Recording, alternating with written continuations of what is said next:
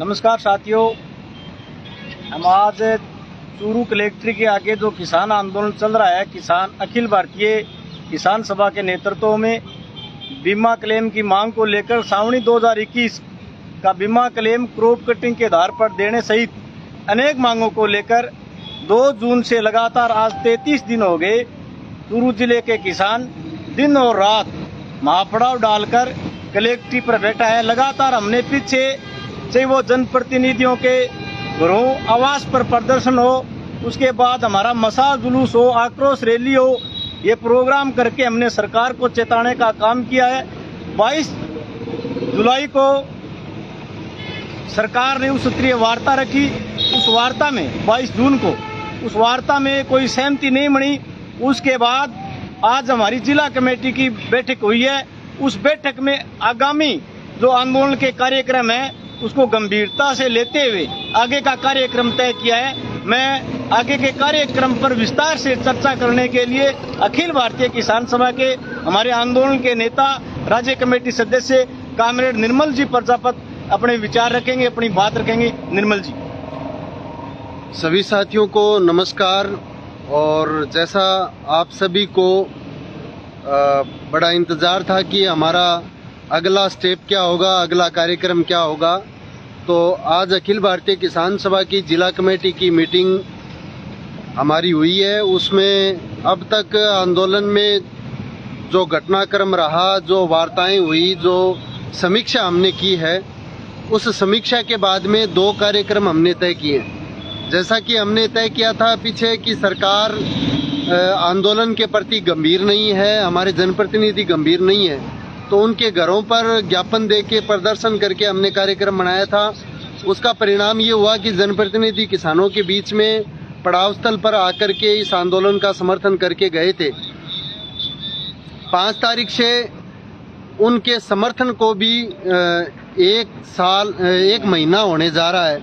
इसलिए हमने ये तय किया है कि जिले का प्रशासन और हमारे जनप्रतिनिधि इस समर्थन के ऊपर कार्रवाई करें।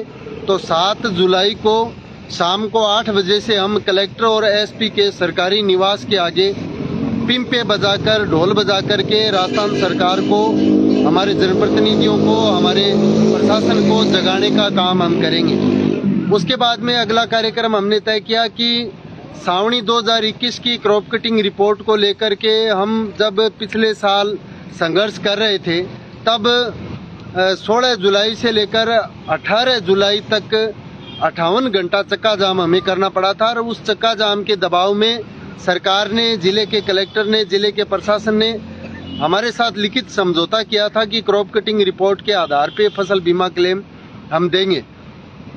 उस क्रॉप कटिंग रिपोर्ट के आधार पे क्लेम देने का समझौता सरकार ने लागू किया नहीं किया है अभी तक।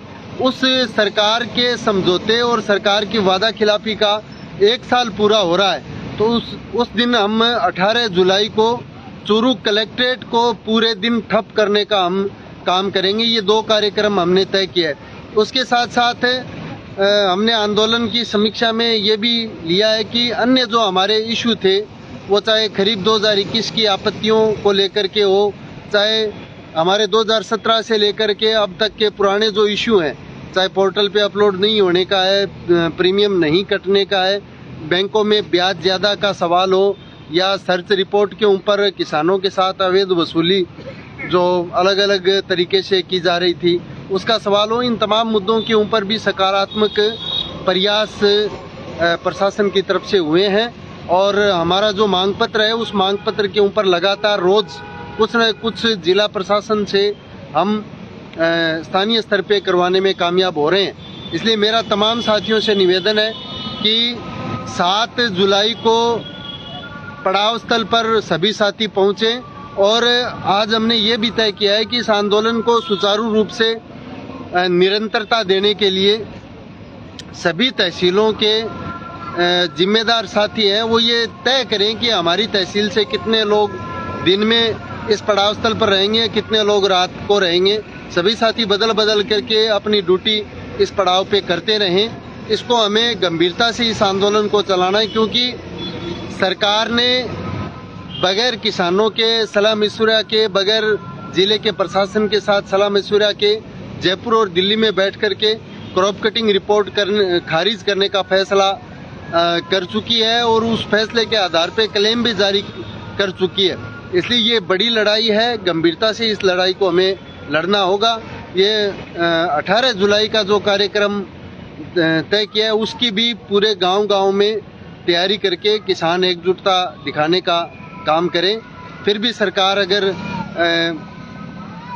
आंदोलन को गंभीरता से नहीं लेती है और हमारी बातें नहीं मानती है तो आगामी कार्यक्रम है वो भी हम जिला कमेटी की मीटिंग करके साथियों से सलाह मशविरा करके गंभीरता से तय करके लागू करेंगे। सभी साथियों का पुनः बहुत बहुत धन्यवाद।